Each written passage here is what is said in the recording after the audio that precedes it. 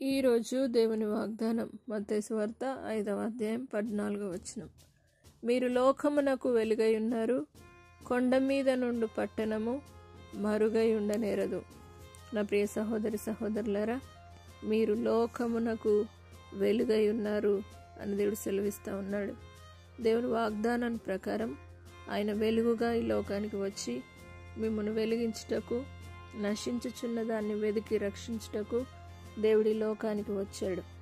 మనల్ని వెలిగించుట కొరకు ఆయన మన కోసము తప్పక ఈ లోకానికి వచ్చి మన కోసము ఆయన జన్మించాడు. నా ప్రియ సహోదరి సహోదరులారా, మనల్ని వెలిగించడానికి దేవుని వాగ్దానం సెలవిస్తున్న మాట, మీరు లోకమునకు వెలుగై ఉన్నారు, కొండ మీద నుండి పట్టణము మరుగై ఉండనేరదు. ఈ దినం ఈ వాగ్దానాన్ని స్వీకరించండి. మీరు అందరికి వెలుగుగా ఉండి, లోకమునకు వెలుగై ఉండి, కొండ మీద నుండి పట్టణం వలె మీరు వెలుగుతూ అనేకులను వెలిగించి, అనేకులకు దేవుని జన్మను గురించి, క్రీస్తు జన్మను గురించి వార్తను మీరు తెలియజేసి అనేకులను దేవుని వైపు త్రిప్పుదురుగాక. ప్రార్థన. పరిశుద్ధుడా, నమ్మదగిన దేవా, నీ వాగ్దానం సెలవిస్తుంది, మీరు లోకమునకు వెలుగై ఉన్నారని మీరు వాగ్దానం చేశారు. అవును ప్రభువా, మేము వెలుగుతూ అనేకులను వెలిగించేవారు ఉండుటకు సహాయం చేయండి.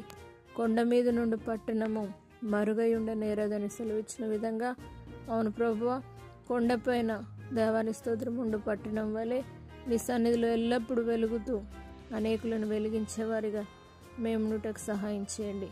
మేము పొందుకున్న నీ వెలుగును అనేకులకు చాటేవారిగా, సువార్త ప్రకటించేవారిగా, మీరు మా కోసం ఈ లోకంలో జన్మించారని అనేకులకు తెలియజేసేవారిగా మేము ఉండుటకు సహాయమును చేసి, మేము వెలుగుతూ అనేకులను వెలిగించుటకు ఒక బలమైన సాధనాలుగా వాడుకోమని నజరేయుడైన యేసు పరిశుద్ధ నామమును బట్టి అడిగి వేడుకుంటున్నాము తండ్రి.